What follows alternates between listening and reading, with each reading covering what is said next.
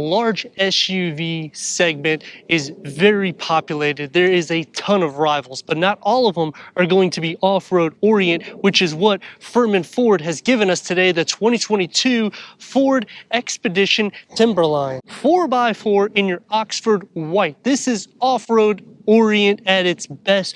33-inch wheels come standard. You're going to get the high output, which would also be a new option with the Stealth Performance package. You don't have to worry about it. It comes standard on this. You have a total of 3 skid plates underneath it.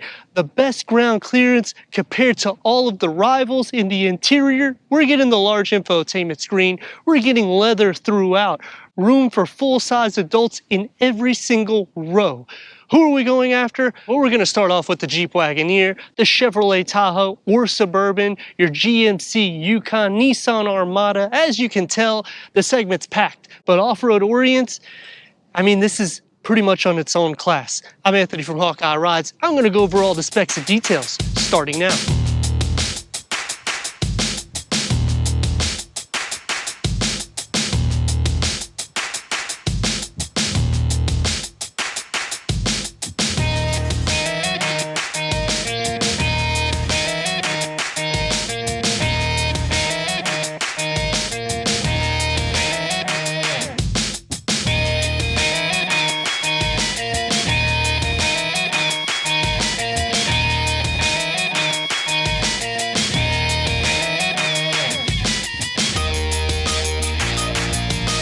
The new Ford Expedition Timberline gets the signature twin spare grille. You're going to get the mesh in between. It's going to be in the matte black, and it goes into your LED headlamps, daytime running, and your fog lamp assembly. The nice thing about this is your ground clearance is nearly 11 inches, which is almost an inch more than your standard Expedition. Working down the lower, you're going to get the silver right here, which are tow hooks. That's going to be in the orange, and you can tell that this is a Timberline because of that orange unique style.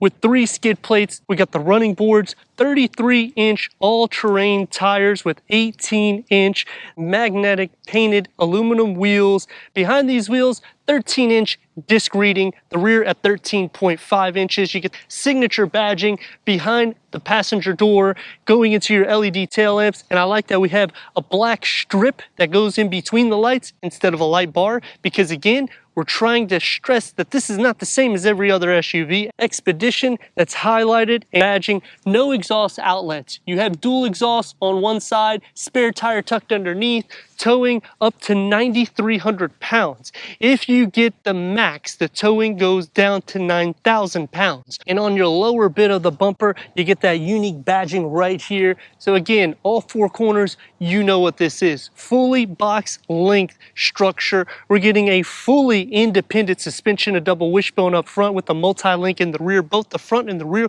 will have your coil springs and your anti-roll bars, controlled traction, and a limited slip differential. We're getting off-road shocks and suspension, so the ride is going to be a little bit more rugged, but you'll see later on in the review, it's still composed, quiet. I like the seamless look. You get the chrome that's going to be on the lower trim, a length at 210 inches, which is shorter than the Tahoe and the Suburban, a wheelbase at 122.5 inches. The window just brushes into the rear, a rear overhang at 49.3 inches. We have the 360-degree camera, front and reverse parking sensors, automatic to open up for your tailgate, so you can just kick to open. I guess we can't. We're gonna just push the button. Going inside to your cargo. At 19.3 cubic feet, there's storage underneath the floor. We have a 12 volt. You can split fold the 3rd row bench electronically by a 60-40 split, increasing the cargo to 57.5 cubic feet. You can split fold the captain chairs to max the cargo to 104.6 cubic feet. If you need more space, go to the max, and you're going to get nearly 17 cubic feet more. This thing is insane. The twin turbo, high output engine we have, nearly 450 horsepower. Gotta go inside, start it up so you can hear that exhaust note.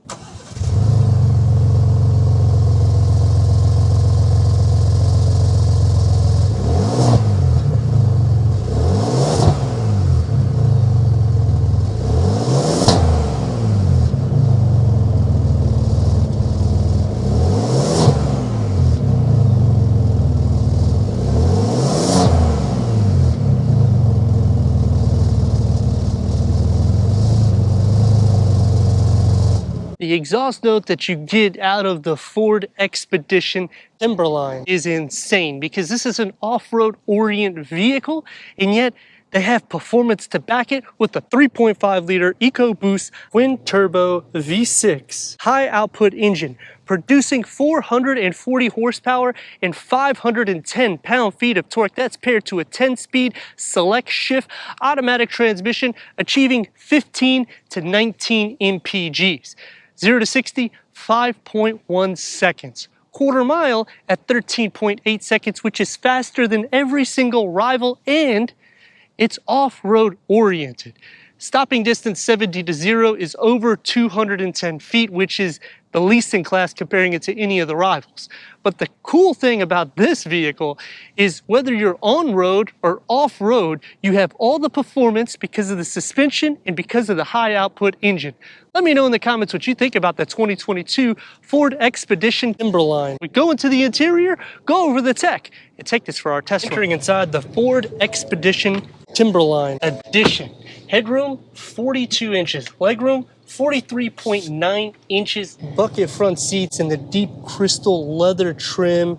10-way power adjustments for the front passengers. They're heated and ventilated. And I like that they put the Timberline cross stitch work in the interior. And they're incorporating the F-150 dashboard, which is not a bad thing. It's just, you're looking at vehicles that have either been fully redesigned or new vehicles. So I would have liked to see Ford kind of do a little bit different. However, you do get multiple storage compartments, which makes this a little bit better in class. We also have the largest infotainment screen, 15.5 inches with navigation, the latest Ford Sync 4. So we got the pinch and we got the swipe. Apple CarPlay, Android Auto, Sirius XM, zone lighting, which is nice if you're going camping. You could turn the lights on each direction. Amazon Alexa, you have your trailering, which is cool too, because when you click into here, you can add everything for your checklist and it'll go through every single thing right here. A little tutorial to make it easy for you if you've never trailered. The nice thing about it too is you can put for your miles, so that way you can do your services as required for your trailer. Our parking assist, we do have the parking aid feature. Switch it to reverse, we have full trajectory. It is a 360-degree camera. You can zoom in here on the top, and I kind of like the fact that it's a two-part. Just whenever you zoom in, I don't like how it takes it off and shows just the front and rear parking sensors. But you can click onto here, and you can also click onto different pivoted positions, and you can move it forward, as you can see, to make it easier for your reversing. Click the little car icon up here, and this will take you into your regular home page. Dual climate control is in the front, very easy. You just click onto it and you just kind of move it up and down. The same thing for your fan speed, your ventilated heated seats, and your heated steering wheel. When you click onto this, now you have your quick wedges right here for your Bluetooth connectivity. When you click onto here, you can also do a little sketch, just like a Tesla. So it is pretty neat if you like to do those sort of things. And you can make it large screen, so if you're stuck in traffic, have some fun. You have a little storage compartment here, 12 volt. Open this up here, and you got your wireless charging pad, 2 USB ports, a little storage compartment. You're gonna get the silver that's around your rotary knob to put it into gear. Minus and plus is to change the gears on the vehicle. You have your driver mode select, so when you change those modes, you'll see on the gauge cluster, it gives you a little display, and it also changes the color of the car. I really do think they did a good job in the sense of giving you this playful look for an on and off-road vehicle. It's going to be soft for your elbows. Open up inside, you can fit a large pocketbook in here. Pick that tray up, 12 volt charger, and you have an area that you can put some pins on both sides. Ford's multi-function steering wheel, and you get that gray material on the interior of it with the cross stitch. The gauge cluster can go through an array of information for the driver, and you can configure and add even more settings to it. Fully digital reader, 12.3 inch. Door panel gets softer materials pretty much everywhere, even where you rest your elbows. I like the silver that they put. one touch up and down for the windows, dual pane in the front, memory for the driver. Banging awesome sound system and a large storage pocket. For the second row, I'm at 40 inches of headroom, 41.5 inches of legroom. It's a lot of space in this area here, and I got so much room in between. You have a 12-volt storage pocket, 2 USB ports, a home plug, your third climate control, and heated seats with the Expedition badging. 2 more cup holders here with storage behind both of the front seats. You can also move these forward, which this is probably the position I would put for the back seat so I could fit here optimal and back there without any issues. If I needed more, I could still fit, and you just have loads of space back there. If I move it all the way back and recline it, it's going to be a little bit difficult. But if you fit 2 adults, you could still do it. So I like the fact that you have a lot of room in this. If I'm comparing it to the Wagoneer, this seems to have just a touch more space in the back seat the way the configuration is. Air vents in the ceiling. Door panel gets the soft materials pretty much everywhere, even where you rest your elbows, and you get the same pattern design as you do in the front. You have a tweeter, a cup holder in the top, and 2 tiers of storage. So it does make it very easy for a large family. You can lift this up if you need to and just get here, walk in the back. Just adjust the AC vent because it's on the roof. It makes it so much better for me with headroom at 37.3 inches, legroom 36.1 inches. As you saw by me moving the seat in the second row, whether it's all the way back or not, you have a sufficient amount of space. Where you rest your elbows, you really don't have too much of an area because there's so much storage, and it bulges out, so it makes the bench a little bit smaller. However, it is power. Let's see how I look in the center. Sitting into the center, headroom is still not really an issue. Legroom, obviously. Look at this. I could just relax. And because these are power folding seats, I can just go to sleep back here. So when I'm looking at the Wagoneer or the Tahoe or Suburban, the Suburban's gonna have the most room because that's the largest vehicle in this category. However, for the size of this vehicle, they do a great job giving adults room even in the third row. Taking the 2022 Ford Expedition Timberline out for our test run, 3.5 liter EcoBoost twin turbo V6, 440 horsepower, 510 pound-feet of torque. That's insane. Yes, the vehicle weighs over 5,500 pounds, but the maneuverability that you're gonna see and the performance that you get out of it, that is crazy.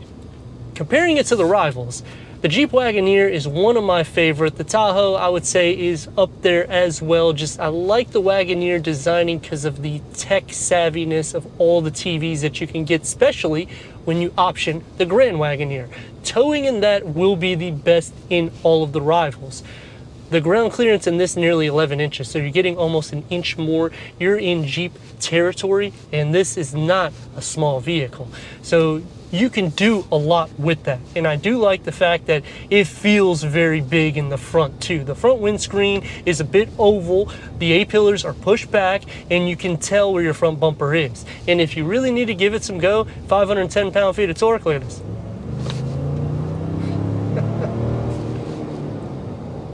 And the brakes.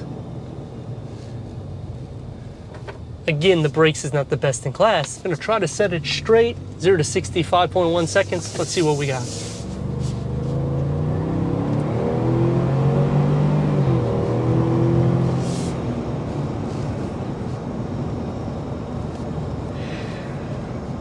It doesn't feel very heavy in the pedal either, so I like that because this is a super heavy and long vehicle. Anything that's 210 inches is long.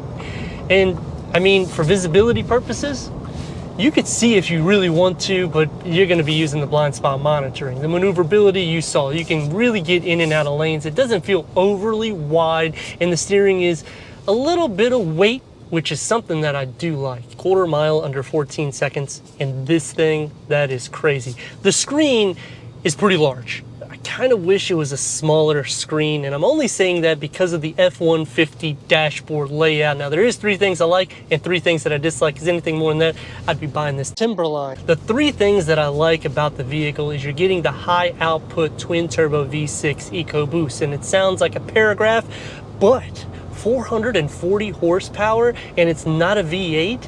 I mean, you get a 30 exhaust note, dual pane windows. It's pretty quiet when you're getting up onto the interstate or just driving through your everyday use. I know it sounds like a lot, I'm just gonna pair it as one. The second thing that I like about the vehicle is the towing capacity, 9,300 pounds. That is really good for this size of a vehicle. And yes, it's pretty much the same box shape as an F-150. It's not going to be as long as an F-150, and the wheelbase is going to be shorter, and some of the suspension is altered, but you also get that off-roading performance suspension with this. And as you see, I'm still gliding across. I'm not all over the place. You get the 33-inch all-terrain tires. I mean, on and off-road pavement, that's what you're getting with this. Turn radius and more or less a stop point is going to get about 2 lanes. Let's rock and roll.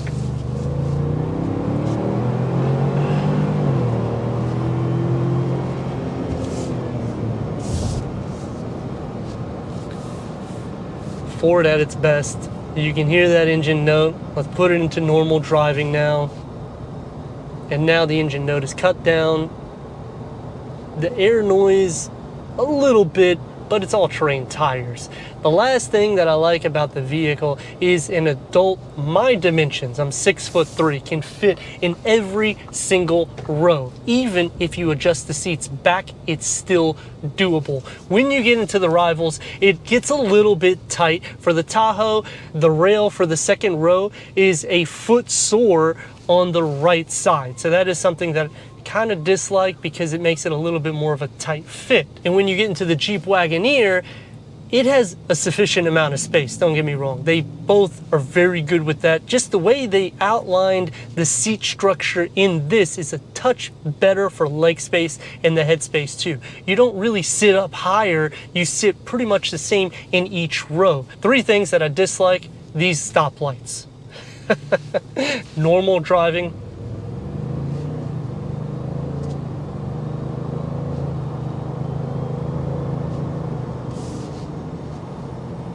still get a little bit of the exhaust note. 3 things that I dislike has to start off with the F-150 dashboard, because this screen is enormous, and I've done the Lightning and I've done plenty of F-150s. I like the smaller screen setup because it makes it look a little bit more flush and clean.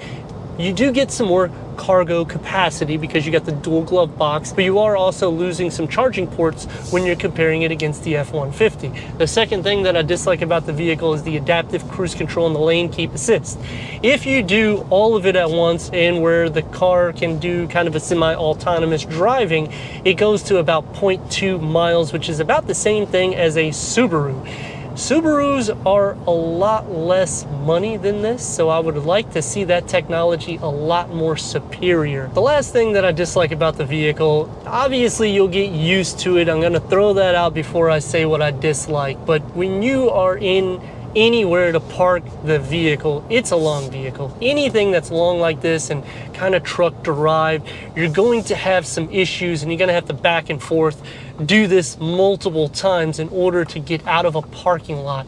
And if it's a tight space, you might be doing it for a couple of minutes. The plus is we got a 360-degree reverse camera, front and rear parking sensors, and they work really well. It just, I kind of wish that they made it a little bit easier. Maybe do like the S-Class and throw 4-wheel steering, or even like the Audis and BMW does. And I get it, this is not in the same class. However, you're at the same length or even a little bit longer than the BMW X7. So whenever you're looking at that, I mean, it would make it easier for a day in, day out use. But for somebody buying this vehicle or using it on a long term, you're not gonna have any issues. It feels like you're in an airplane because you have so much space. It's super wide in the interior too. It doesn't necessarily project so wide on the exterior because of the hood. It's actually pushed inwards a bit. On a straight line, it's the fastest in its category, which is awesome. Off pavement, you got the heavy duty suspension, so you are taken care of on both sides of the terrain. I'd like to thank Furman Ford for giving us this 2022 Ford Expedition Timberline for our car review. If you're already a subscriber, thank you for being part of the Hawkeye community. If not, what are you waiting for? Click the next video, the subscribe button. Check out the details merchandise website and everything we do here at Hawkeye Rides.